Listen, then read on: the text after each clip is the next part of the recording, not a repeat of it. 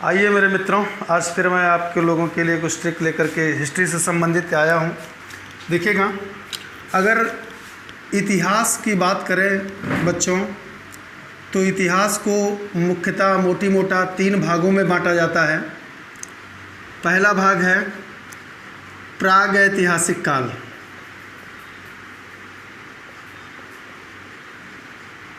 प्राग ऐतिहासिक काल। दूसरा कहा जाता है आद्य ऐतिहासिक काल।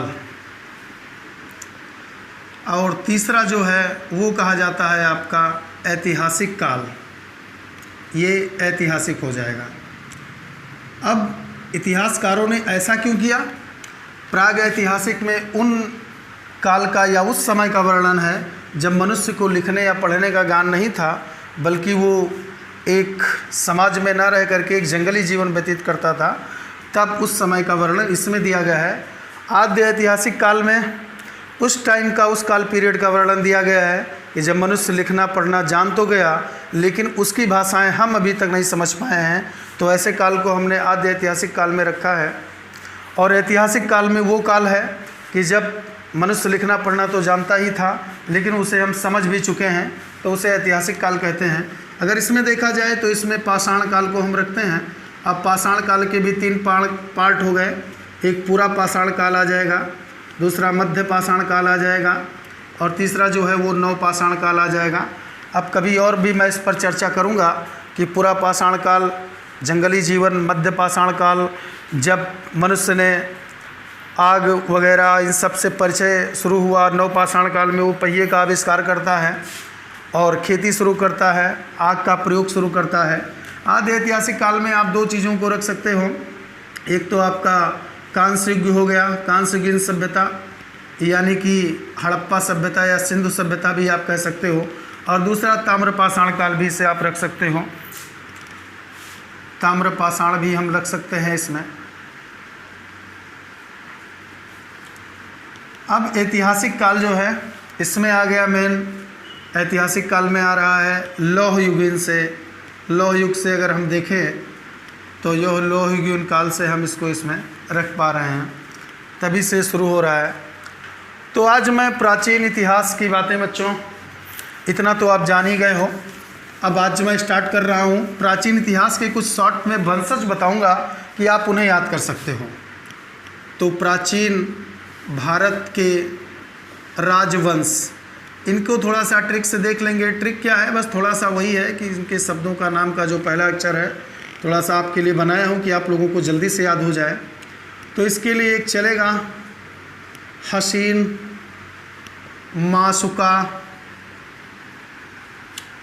हसीन माशुका ये आ हो गया, ठीक है। हा से क्या हो जाएगा? हर्यक वंश। आप सभी जानते हो मगध का ये पहला वंश है, हर्यक वंश। उसके बाद शिशुनाग वंश आता है।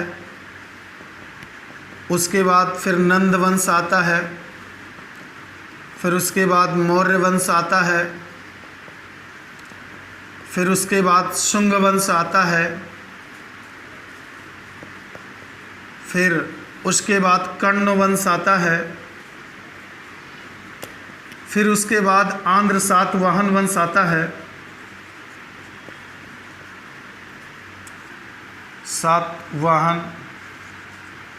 आंध्र सातवाहन वंश।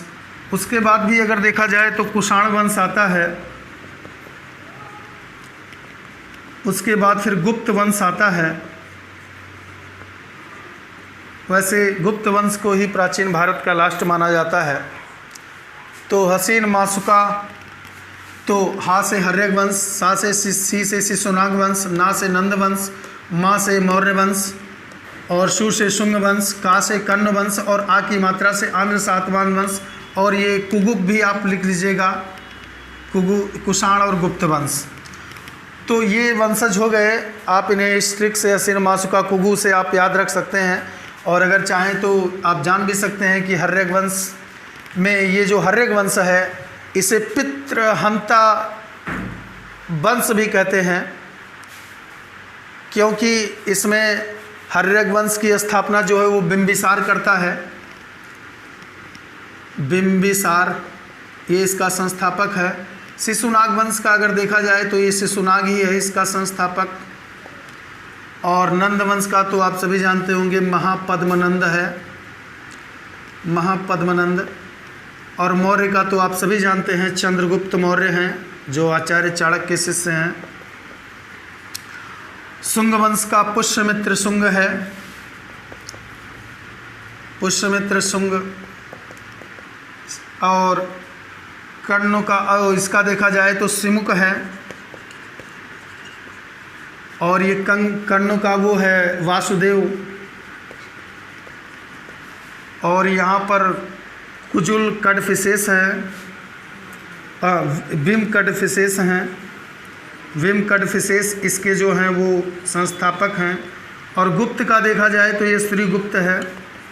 तो बच्चों इतना आज के डेट में याद रखिएगा। थोड़ा सा इसमें और बताता हूँ कि पहला वंश मगध का हर्यक वंश था। इसमें मौर्य वंश जब से आता है, चंद्रगुप्त मौर्य वंश की स्थापना करते हैं आचार्य चाणक्य की सहायता से, तो भारत का पहला साम्राज्य इसी वंश को माना जाता है। मौर्य वंश ने ही भारत का पहला साम्राज्य स्थापित किया। और ये शुंग वंश जो है, ये भारत का पहला ब्राह्मण वंशज था। भारत का पहले ब्राह्मण वंश की इन्होंने ही, पुष्यमित्र शुंग ने ही स्थापना की। तो इसमें ऐसा ही होता रहा कि ये उनके, तो उसके बाद में अगर देखा जाए तो ये, अगर आपसे ये पूछा जाए कि पहला भारत का साम्राज्य कौन था, तो मौर्य वंश ने स्थापित किया। भारत का पहला ब्राह्मण वंशज कौन था, तो शुंग वंश ने स्थापित किया। और ये आंध्र सातवाहन ऐसा वंश था कि जिसने मात्र सत्तात्मक, जिसकी सत्ता थी, जो अपनी माँ के नाम से वंशज चलाता था। क्योंकि हम लोग अगर आज भारत में पितृसत्तात्मक है, अगर हम लोगों से कोई एड्रेस पूछता है तो हम अपने पिता का नाम बताते हैं, लेकिन यहाँ पर माँ के नाम से चलता था, तो ये मात्र वंशज कहलाता था। तो बस इतनी सी छोटी सी जानकारी छोटे से समय में आप लोगों को हासिल हो जाए तो मेरे लिए बहुत बड़ी उपलब्धि होगी।